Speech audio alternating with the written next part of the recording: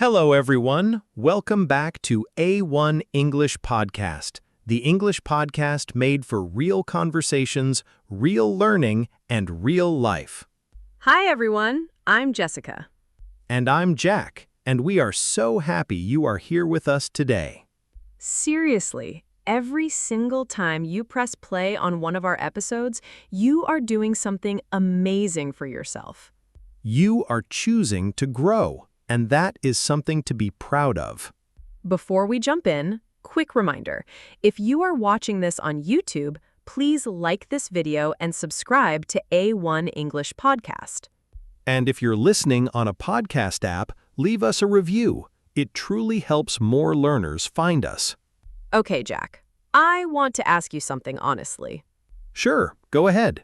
Have you ever been in the middle of a sentence and suddenly thought, wait, should I say either or neither here? Oh, absolutely. All the time when I was learning, I would completely freeze. Yes, and that freezing moment, that tiny pause, that's what today's episode is all about. Today, we are talking about either and neither, two small words, huge confusion for English learners at every level. And I promise you, by the time this episode is over, you will never freeze on these words again. We're going to keep it simple, fun, and practical. No boring grammar textbooks here. Just real English, real conversations, real confidence. Let's go. Okay, Jessica, let's set the scene. Why do so many English learners struggle with either and neither? Great question. I think it's because these words look similar, they sound similar, and they can actually be used in more than one way.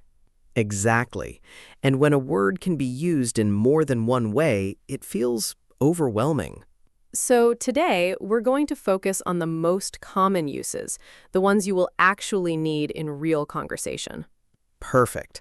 So let's start from the very beginning. What does either mean in the most basic way? In the simplest way possible, either means one or the other from two choices. It's about two options. Right. And neither, what does that mean? Neither means not one and not the other. So if either is about choosing, neither is about refusing both choices. Oh, I love that. Either equals one or the other. Neither equals not this one, not that one. Exactly. Think of it this way. Someone offers you coffee or tea. If you say either, you're happy with both options. But if you say neither, you want none of them. Maybe you just want water. Exactly. So already you have the core meaning. Now let's go deeper. All right, let's talk about either first. And let me say this, either is used in two main ways in conversation. That's right. Way number one, either as a choice between two things. Imagine you're at a restaurant with your friend. The waiter says, "We have pasta or pizza?" And your friend asks you, "Which one do you want?" And you say, either is fine with me, meaning you're happy with pasta or pizza. Perfect. Now, listen to how natural that sounds. Either is fine. I'll take either. Either one works for me. You'll hear native speakers say this all the time. It's a super casual, friendly way of saying, I don't have a strong preference. Now, here's way number two, either or. This is a structure used to present two options. Right. So instead of just one word, you use either with or together to connect two choices. For example, you can either stay home or come with us. What does that mean, Jessica? It means you have two options. Stay home, option one, or come with us, option two. Either or gives the listener a clear choice. Exactly. Let's try a few more examples so it really sticks. You can either call me or send me a message. She either forgot about the meeting or she's running late. You either study hard or you don't pass the test. Notice how every single time either is followed by two options connected by or. Either or. Always a pair. Never alone. Now, there is one more way English speakers use either, and this one surprises a lot of learners. Oh yes, the agreement use. This one is so useful for conversation. When someone says something negative and you want to agree with them, you say, me either, or more formally, I don't either. For example, I say, I don't like spicy food, and you want to agree. I would say, me either, or I don't either, meaning I also don't like spicy food. This is very common in American English especially. Very casual, very natural. So remember, either in a negative agreement sounds like me either or I don't either. Okay, now let's talk about neither. And this one is equally powerful once you understand it. So remember, neither means not this one and not that one. It's negative for both options. Exactly. And just like either, neither has a few common uses in conversation. First one, neither nor. This is the negative version of either or. So while either or gives you a choice, neither nor cancels both choices at the same time. Let me give you an example. Neither the red dress nor the blue dress fits me. What does that mean? It means the red dress, no. The blue dress, also no. Neither one fits. Both are rejected. Perfect. Let's do a few more. He speaks neither English nor French, meaning he doesn't speak English, he also doesn't speak French. Neither Jack nor Jessica was late for the recording, meaning Jack was not late and Jessica was also not late. Ha! That's right. We are always on time. Now, here's something really important that many learners get confused about. After neither nor, what verb do you use? Oh, this is a great point. The verb agrees with the subject closest to it. This is called the proximity rule. So if I say, neither Jack nor my friends, the verb agrees with my friends because that's the closest subject. Right. So it would be, neither Jack nor my friends are coming to the party. But if I flip it, neither my friends nor Jack, now the verb agrees with Jack, is coming to the party. Exactly. The verb matches whatever comes right before it. Now, the second use of neither, and this one is incredibly useful for everyday English conversation. Oh yes, the agreement response. This is my favorite.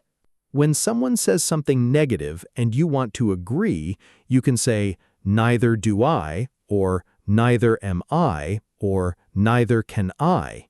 Let me show you how it works. I say, I don't like horror movies. And Jack responds, Neither do I, meaning I also don't like horror movies. I agree with you.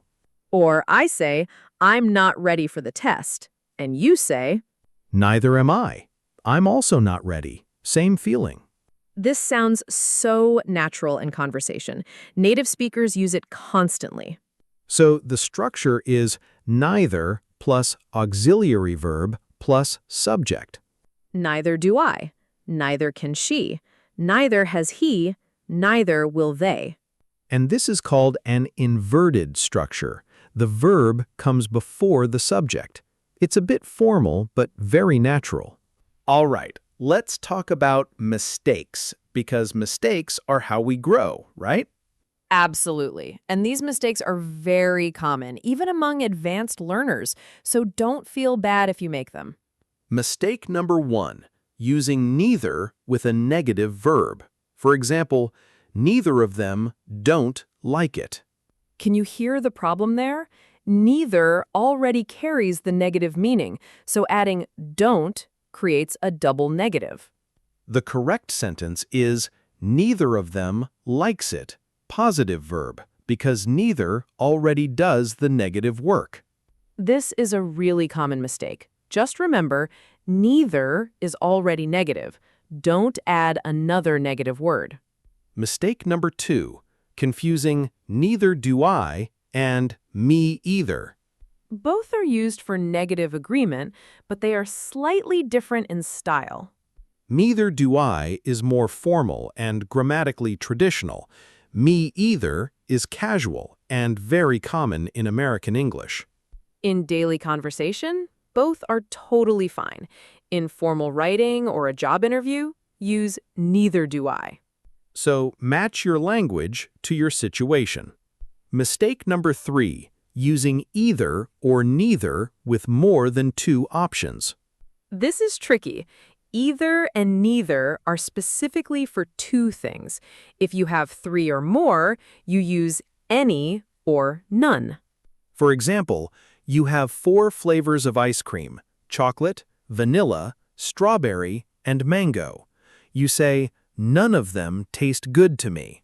Not neither of them, because that implies only 2.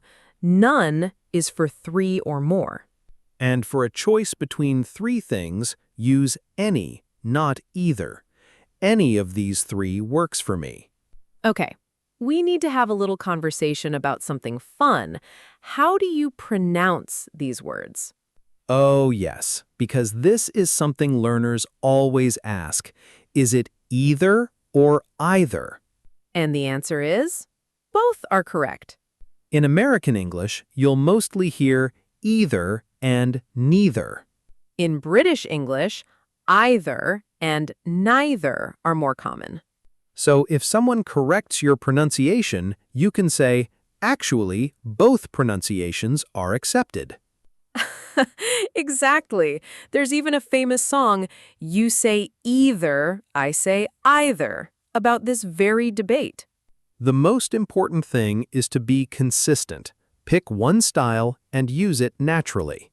Our recommendation? If you're focusing on American English, go with either and neither. Okay, now it's your turn. We're going to do some quick practice drills together. Everyone listening, pause the video or audio if you need to, say the answers out loud, and then check with us. Drill number 1, fill in the blank. You can blank, stay, or leave. It's your choice. Either or neither. Think about it. It's a choice between 2 options. The answer is either. You can either stay or leave. Drill number 2. I don't enjoy camping. Your friend agrees. How do they respond using neither? Come on, everyone, say it out loud. The answer? Neither do I. Perfect natural agreement. Drill number 3, complete the sentence. Blank the manager, blank the employees know about the changes yet.